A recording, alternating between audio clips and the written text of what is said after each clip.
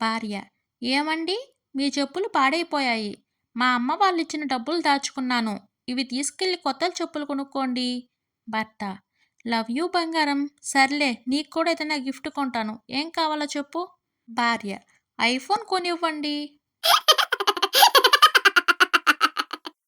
సురేష్: అరే నరేష్, కొత్తగా spoken English institute పెట్టావంట, ఎలా నడుస్తుంది? నరేష్: అదేంటో, ఒక్కరు కూడా చేరలేదు. అసలు ఎందుకు ఇలా అవుతుందో తెలియట్లేదు. సురేష్: బోర్డుపై cannot read English? No problem. Join our coaching centre now అని అంతా ఇంగ్లీష్లో రాయించావు. అది చదవడం వచ్చిన వాళ్ళు నీ దగ్గరికి ఎందుకు వస్తారు? కవిత: స్వామి, భర్త ఆయుష్ పెరగాలంటే నోములు వ్రతాలు కాకుండా ఏమైనా షార్ట్కట్ పద్ధతి ఉందా?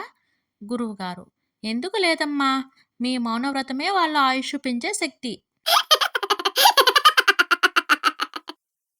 డాక్టర్: ఏమైంది?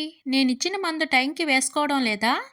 పేషెంట్: మీరు రాత్రి భోజనం తర్వాత మాత్ర వేసుకోమన్నారు, కానీ నేను క్రిములకు షాక్ ఇద్దామని మధ్యాహ్నం వేసుకున్నాను. ట్రైనర్: అంత ఎత్తుకు వెళ్ళిన హెలికాప్టర్ ఒక్కసారి కిందకి ఎలా పడిపోయింది? కిషోర్: ఏమీ లేదు సార్, అంత పైకి వెళ్ళాక ఒక్కసారిగా చాలా చలిగా అనిపించింది, అందుకే ఫ్యాన్ ఆఫ్ చేశాను. గుడి నుంచి వచ్చిన భార్య భర్త చేతికి ఒక దారం కట్టింది. వెంటనే ఏదో గుర్తొచ్చి కంగారుగా ఆ దారం విప్పేసింది. ఏమైందని భర్త ప్రశ్నించగా, ఏమీ లేదండి, ఈ దారం ఉంటే కష్టాలు తొలగిపోయి సమస్యలన్నీ దూరం అవుతాయని ఎవరో చెప్పారు. తీరా మీకు కట్టిన తర్వాత గుర్తొచ్చింది, మీరు నన్ను ఎక్కడ వదిలేస్తారోనని.